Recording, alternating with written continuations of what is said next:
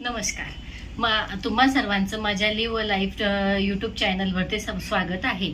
आज मी तुम्हाला प्रदोष व्रताबद्दल माहिती सांगणार आहे. नंतर येणाऱ्या त्रयोदशीला प्रदोष व्रत असे म्हटले जाते.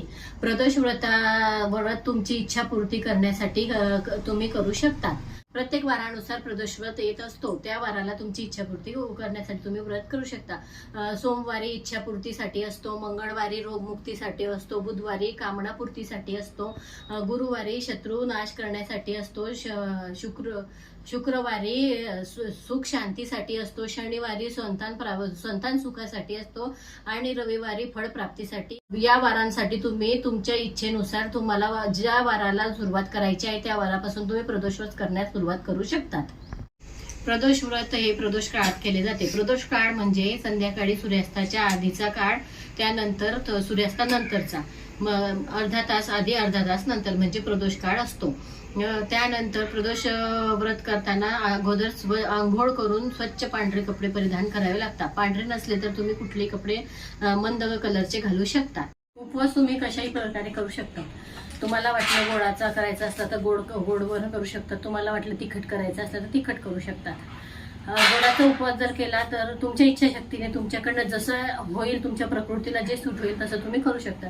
गोडाचं जर केला तर तुम्ही दूधपोळी खीरपोळीवरती उपवास सोडू शकतात आणि जर तिखट केला तर तुम्ही आपलं जनरली भाजीपोळीवर उपवास सोडू शकता. चला मग आता आपण आपल्या प्रदोष व्रताच्या विधीला सुरुवात करू.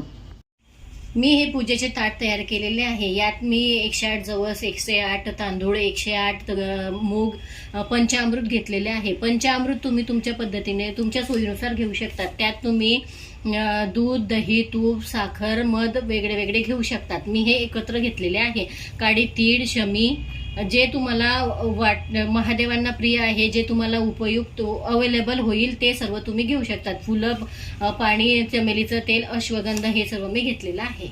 यामध्ये बेलाचं पान मी घेतलेलं नाहीये कारण माझ्याकडे अवेलेबल नव्हतं. तुमच्याकडे अवेलेबल झालं तर तुम्ही घेऊ शकता. असं काही नाहीये की जरुरी की सर्वच वस्तू अवेलेबल हव्या. ज्या असल्या त्या वस्तूंनी महादेवांची पूजा अर्चना करायची. तुमच्याकडे जी महादेवांची पिंड असेल ती तुम्ही अभिषेकासाठी घेऊ शकता. सर्वप्रथम आपल्याला अभिषेक करायचा आहे. मी ही महादेवांची दगडी पिंड माझ्याकडे आहे ती घेतलेली आहे.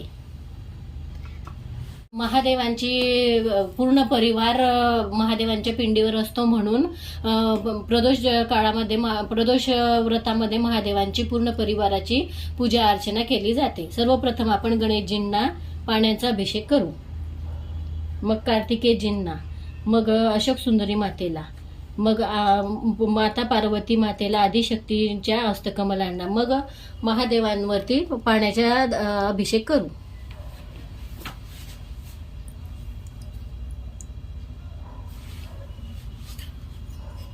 आता आपण पंचामृताचा अभिषेक करू. पहिले गणेशजींना, मग कार्तिकेयजींना, मग अशोक सुंदरी मातेला, आदिशक्तींच्या हस्तकमलांना आणि भोलाजींना. मग पुन्हा पाण्याचा अभिषेक करू. पहिले गणेशजी, कार्तिकेयजी, आदिशक्ती माता, अशोक सुंदरी माता, आदिशक्ती माता आणि मग भोलाजी. अभिषेक करताना भोलाजींचं नाम स्मरण आपल्या मुखात ठेवायचं.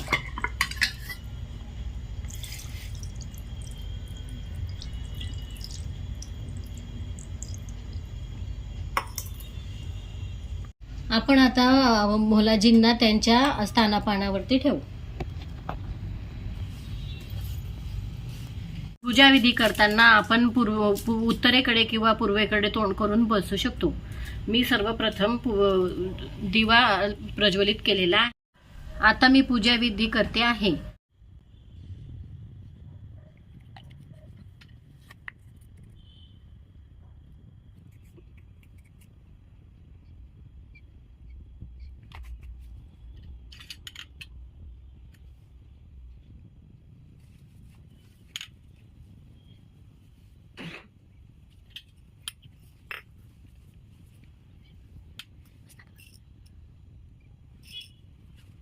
आता मी सर्व सामग्री महादेवांना अर्पण केलेली आहे.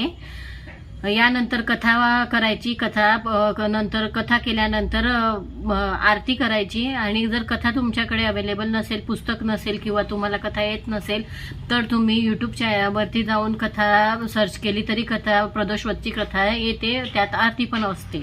जर तुम्हाला हा व्हिडिओ आवडला असेल तर तुम्ही माझ्या लिव्ह लाईफ या चॅनलला लाईक, शेअर, कमेंट आणि सबस्क्राईब करू शकतात. भेटूया आता पुढच्या व्हिडिओमध्ये. धन्यवाद.